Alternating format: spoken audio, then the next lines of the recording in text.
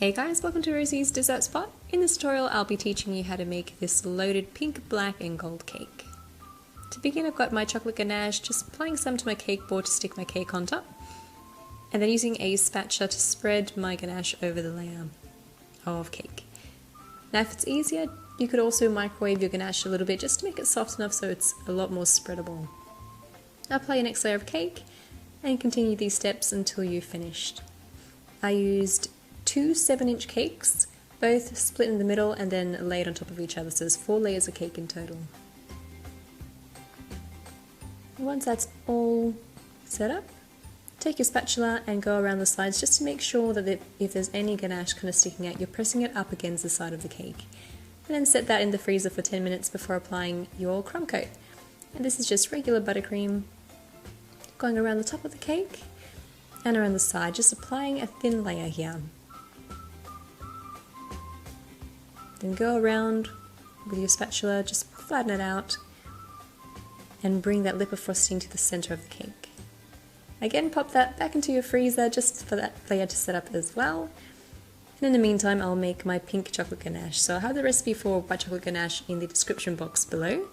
Added in a little bit of gel food color, and here I've added in a little bit of vegetable oil just because gel food color tends to change the consistency of your chocolate, even your ganache if you add enough. So just on the safe side, you could add in a little bit of oil to keep it a nice fluid consistency. After about 10 minutes in the freezer, I'm applying my last layer of buttercream.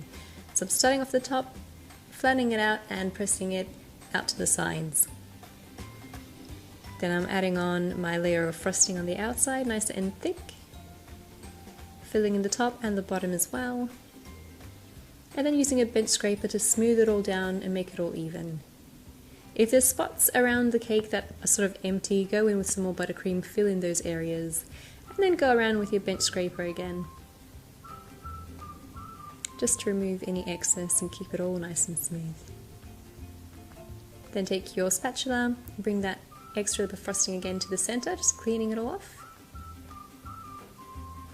And again, we'll pop that into the freezer for 10 minutes just to set up before we add our ganache over the top. Just pouring it in the middle and then using my spatula and turning my turntable so that the ganache goes up and over the side. And I've got a little bit more ganache in a little piping bag, and that's what I'm going to use to pipe out my drips. And continue piping around the cake until you're satisfied with the amount of drips you have, the length of them, etc. Pop that for last time back into the freezer for 10 minutes just for that to set up. Now I'm making some black chocolate shards. So I have just regular white compound chocolate, adding in a drop of black food color and about a teaspoon or so of oil. For every drop of color, I add about a teaspoon of oil until I get the color that I like. And using a spatula just to smooth it over some baking paper or non-stick paper. You can make it as long or as thick as you like. You can make it textured as well. And you'll be breaking them up as well. If they're too tall or if they're too long, no stress because you'll be tearing them anyway. Applying a little bit of gold leaf onto the front of my cake.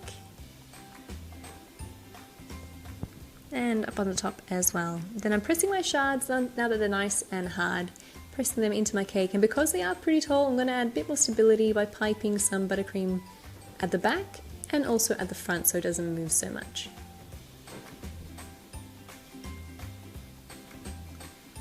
And then you can add whatever you like on top. Here I've got some Raffaello chocolates, adding a little bit of gold leaf onto the black shards just because it's really dark and it contrasts really nicely. Got some cookies and cream bars, adding some macarons, some pink and black ones, either directly on the cake or on little dollops of frosting. You could add in little flowers as well, whatever you like. And then some more dollops of frosting. Adding some on the side of the cake as well, I think that looks really interesting. And some candy coated chocolates. And there's another loaded cake style decorated with some macarons, some black chocolate shards, and keeping to that sort of theme, black, pink, white and gold. It's a very pretty cake. I think this is the most loaded cake that I've done for a video. You just throw everything on top, man, and I think it looks really cool. Thanks guys for watching. I hope you enjoyed this tutorial and I will catch you next time.